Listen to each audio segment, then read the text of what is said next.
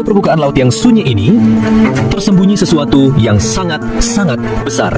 Sebuah zona geologi yang tak banyak diketahui, tapi menyimpan potensi bencana luar biasa. Gunung-gunung api bawah laut, patahan bumi raksasa, dan tekanan yang terus menumpuk. Inilah Opini Gino Television Indonesia saat ini untuk mengabarkan dua berita tentang bagaimana operasi intelijen dan Amerika Serikat melalui CIA turut terlibat. CIA Amerika di Indonesia, bagaimana operasi alam yang saat ini akan kita ketahui tentang potensi bencana. Banda itu ada tersembunyi gunung api yang maha dahsyat dan patut dilacak dan kita telusuri. Amerika Serikat melalui CIA turut terlibat. Lebih lanjut, David mengatakan kalau keterlibatan Amerika Serikat dalam G30 SPKI bertujuan untuk menjegal Presiden Soekarno yang memiliki hubungan dekat dengan negara-negara berpaham komunis pada Perang Dingin saat itu. Selain itu, berdasarkan data yang dibuka pihak CIA juga mengarah pada konspirasi militer antara CIA dengan Angkatan Darat Indonesia.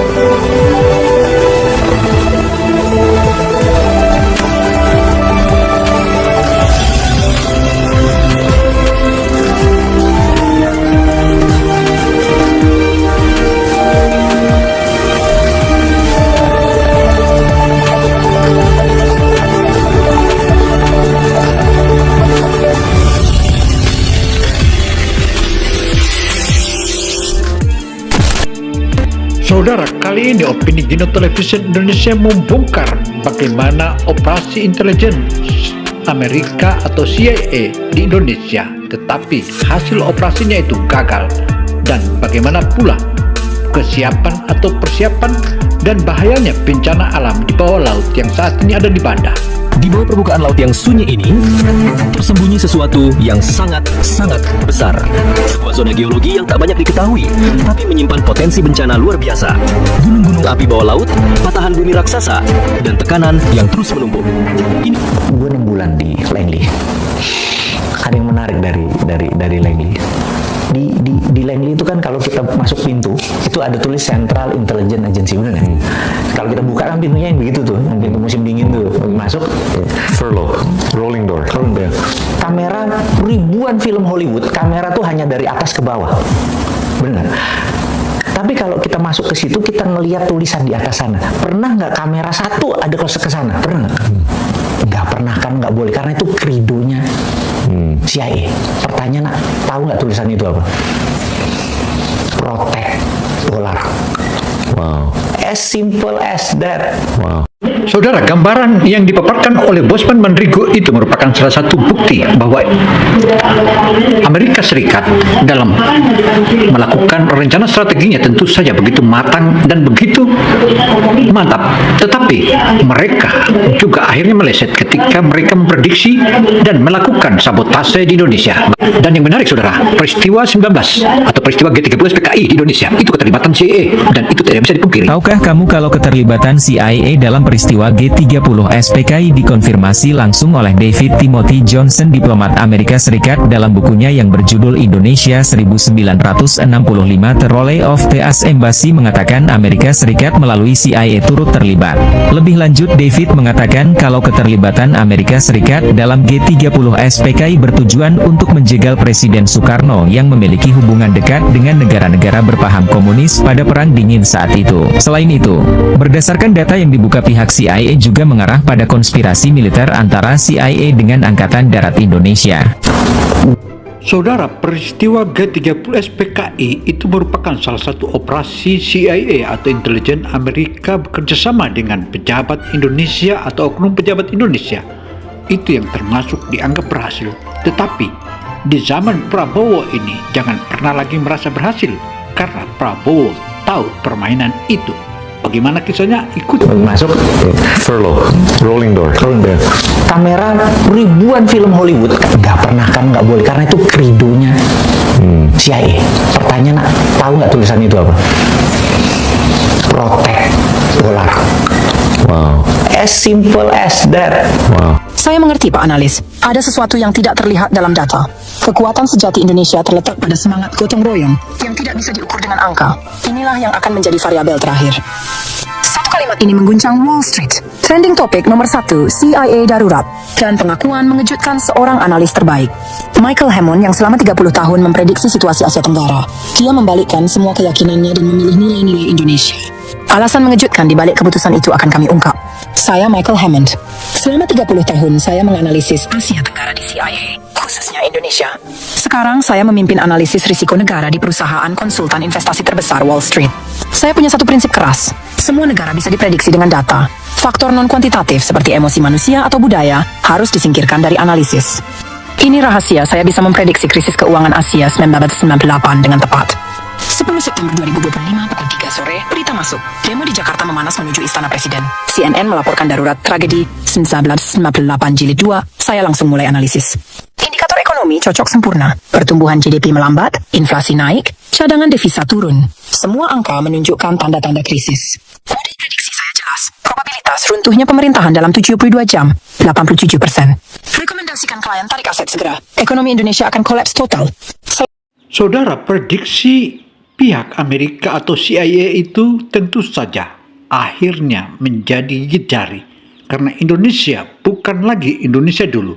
Di zaman Prabowo ini sangat paham apa sebenarnya yang terjadi. Karena itu saudara, ikuti media ini hingga akhir agar tak gagal paham. Saya tidak ragu sedikit pun. Data 30 tahun tidak mungkin bohong. Tapi kali ini ada yang aneh. Tuntutan demonstran spesifik sekali. Bukan sekadar gulingkan pemerintah. Mereka menuntut perlindungan kedaulatan digital dan regulasi modal spekulatif asing. Saat demo mencapai puncak, berita mengejutkan pecah. Presiden Prabowo Subianto berangkat ke Cina untuk kunjungan resmi. Sudah pasti, pelarian realitas khas diktator. Saya kategorikan ini sebagai pelarian pemimpin dari realitas. Seperti Soeharto 1998. Pemimpin meninggalkan pos saat krisis adalah sinyal runtuhnya kekuasaan. Model analisis saya makin yakin. Tapi hal aneh mulai terjadi. Ketidakhadiran pemimpin seharusnya memperparah demo. Ternyata malah sebaliknya. Titik pusat demo hilang, berubah jadi diskusi terorganisir. Para demonstran mendirikan tenda. Mereka buat grup diskusi spontan membahas masa depan Indonesia. Yang tadinya berhadapan dengan polisi, sekarang malah bagi-bagi teh dan makanan ke petugas. Layar komputer saya muncul error pertama kali. 30 tahun tidak pernah seperti ini. Ada yang terlewat? Tidak, ini cuma noise sementara. Keesokan pagi, harga diri saya terluka. Tidak bisa menerima model prediksi sempurna retak. Saya menuju lokasi demo bersama pemandu lokal Aisyah dari lobi hotel. Pak Analis yakin mau ke lapangan? Situasi tidak bisa diprediksi sekarang. Aisyah 28 tahun, jurnalis data di media independen. Dia menguasai teknik analisis barat, tapi bersikeras harus diinterpretasi dalam konteks Indonesia. Ayahnya dosen yang ikut gerakan demokratisasi 1998. Tidak bisa diprediksi. Situasi begini, tinggal cari bukti campur tangan keluar, semua puzzle akan terpecahkan. Sampai lokasi demo, saya mencari kekacauan dan kekerasan yang saya bayangkan. Yang terlihat mata saya benar-benar berbeda.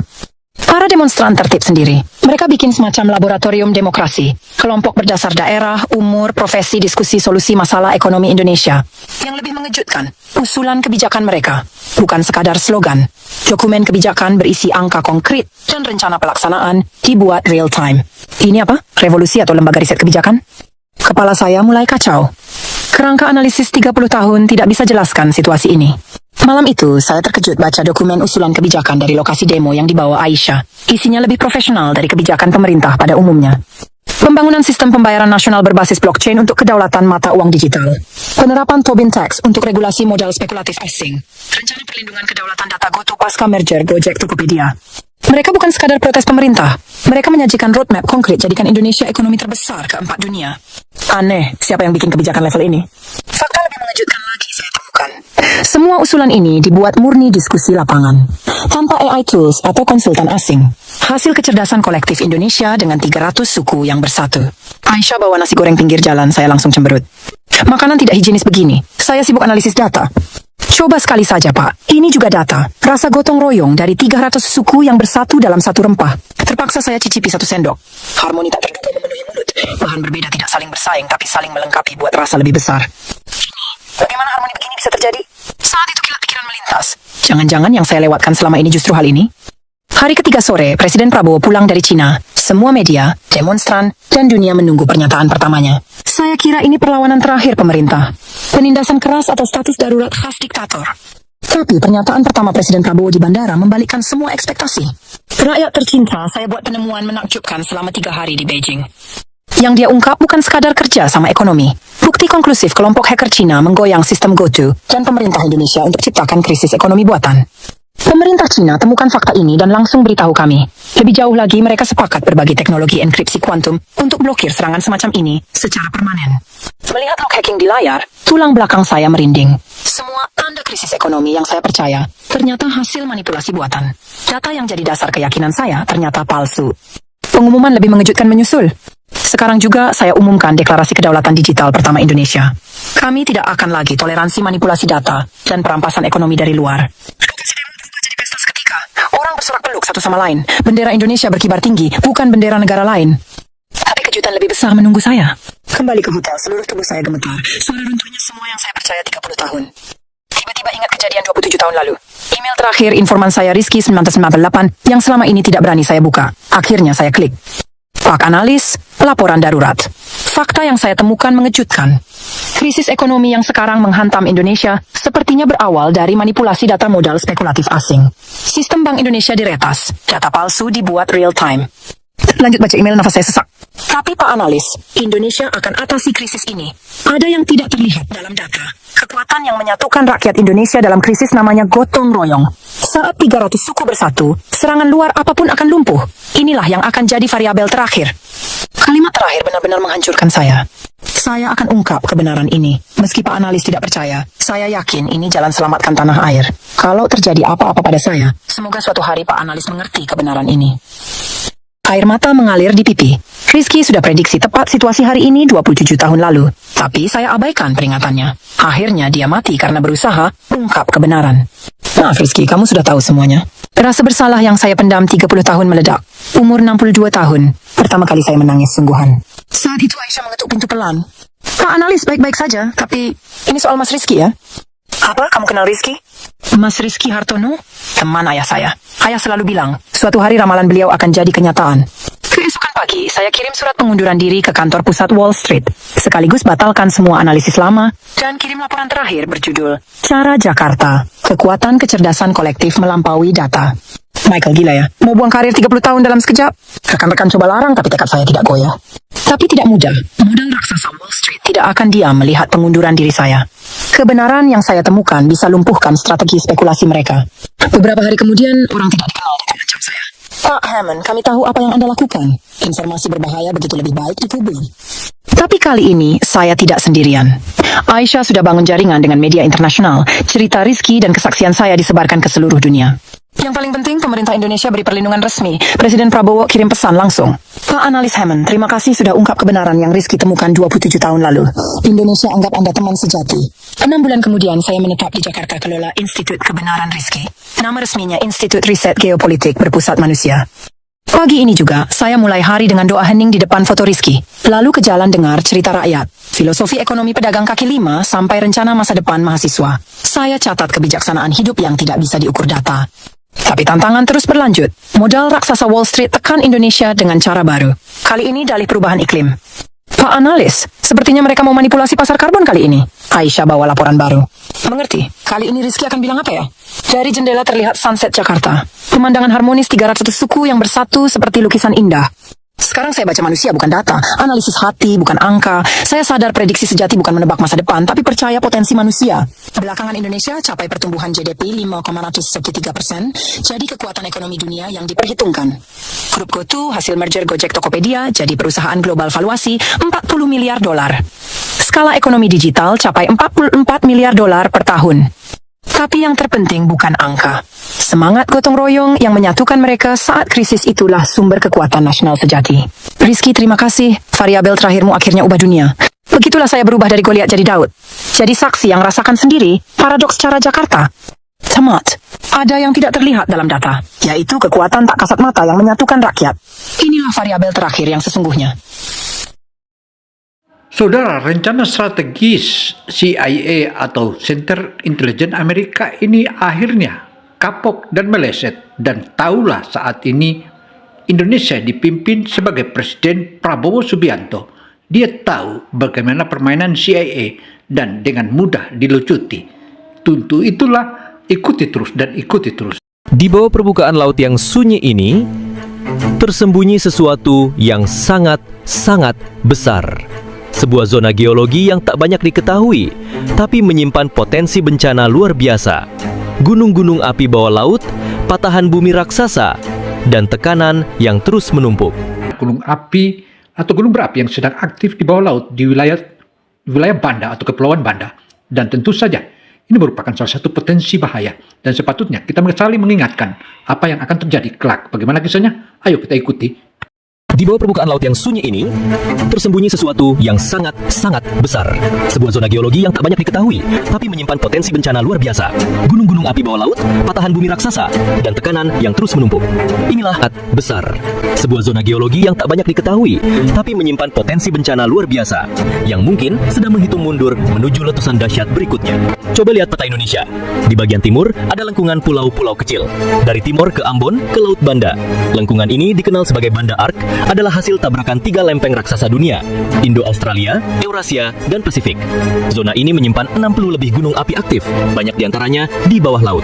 Tapi yang membuat Banda Arc berbeda bukan hanya jumlah gunung apinya, tapi karena ia merupakan bagian dari cincin api purba, bagian terdalam, terdiam, dan mungkin yang paling berbahaya. Banda Arc tidak seperti Sumatera yang sering gempa, ia tidak seperti Merapi yang rutin meletus, justru dia sunyi. Zona subduksi Banda menyimpan energi megatrust earthquake, potensi tsunami lebih dari 30 meter, bisa menjalar ke 4 negara, Indonesia, Timur Leste, Papua Nugini, Australia Utara. Gempa Banda tidak terasa di permukaan, tapi efeknya bisa meluluh lantakan pesisir-pesisir dari Ambon sampai Kupang. Di tengah Laut Banda, tersembunyi sesuatu yang belum diberi nama. Gunung bawah laut setinggi 3.000 meter, setara Gunung Rinjani, tapi belum pernah tercatat meletus. Insert kutipan ilmuwan Jepang. Banda memiliki silent volcano. Kami tidak tahu kapan, tapi dia akan bangun. Dan jika dia bangun, dunia akan mengetahuinya terlalu terlambat. Tanda-tanda dari laut. Nelayan di Banda menceritakan fenomena aneh. Laut mendidih di titik tertentu. Pusaran muncul tanpa angin. Suara seperti orang menggeram dari dasar laut. Analisis geologi. Aktivitas hidrotermal bawah laut. Potensi pelepasan gas metana dan CO2 dari perut bumi. Tanda-tanda ini bukan dongeng, tapi mungkin peringatan dini. Sejarah resmi Indonesia tidak mencatat letusan besar di Banda, tapi kisah kuno dari Ambon dan Maluku menceritakan langit merah membakar malam, pulau hilang setelah badai, laut mendidih dan perahu terbakar. Fakta sejarah, dugaan letusan prasejarah Banda kurang lebih 2.000 sampai 5.000 tahun lalu. Tidak tercatat karena belum ada tulisan. Apakah ini hanya cerita rakyat atau rekaman lisan dari bencana geologi yang kita lupakan? Dasar Laut Banda menyimpan lapisan tanah purba setebal ratusan meter. Mungkin di sanalah terkubur jejak-jejak masa lalu. Fakta ilmiah, zona sedimentasi Banda Sea adalah salah satu terdalam di dunia. Potensi menyimpan fosil, artefak, bahkan struktur geologi purba. Tapi eksplorasi mahal, berbahaya, dan tidak dianggap penting. Maka misterinya tetap di kedalaman. Semua perhatian tertuju ke Merapi, Sinabung, Krakatau. Tapi Banda terlalu jauh, terlalu sepi. Kenyataan pahit, Banda minim sensor gempa. Zona tsunami belum memiliki sistem peringatan penuh. Justru karena sunyi, kita mengabaikannya. Padahal, Banda bisa jadi bencana terbesar berikutnya. Gunung bawah laut meletus, gempa megatrust menyusul, tsunami 30 meter menghantam Ambon, Seram, Kupang, bahkan ke Australia Utara. Simulasi dampak, 2 juta jiwa terdampak langsung, pelabuhan dan perdagangan terhenti, potensi krisis kemanusiaan skala internasional. Semua itu bisa terjadi dalam 1 hari, dan kita tidak siap. Banda Arc bukan sekedar lengkungan batu di dasar laut. Ia adalah misteri, warisan dan peringatan. Raksasa yang tidur di bawah kaki kita. Tulis di komentar, aku percaya Banda menyimpan kekuatan yang terlupakan. Jangan lupa like, subscribe, dan aktifkan lonceng, karena masih banyak misteri.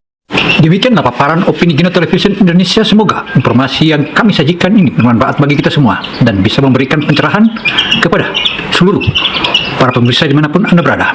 Saya Gino Samsudin Mirsab melaporkan. Wassalamualaikum warahmatullahi wabarakatuh.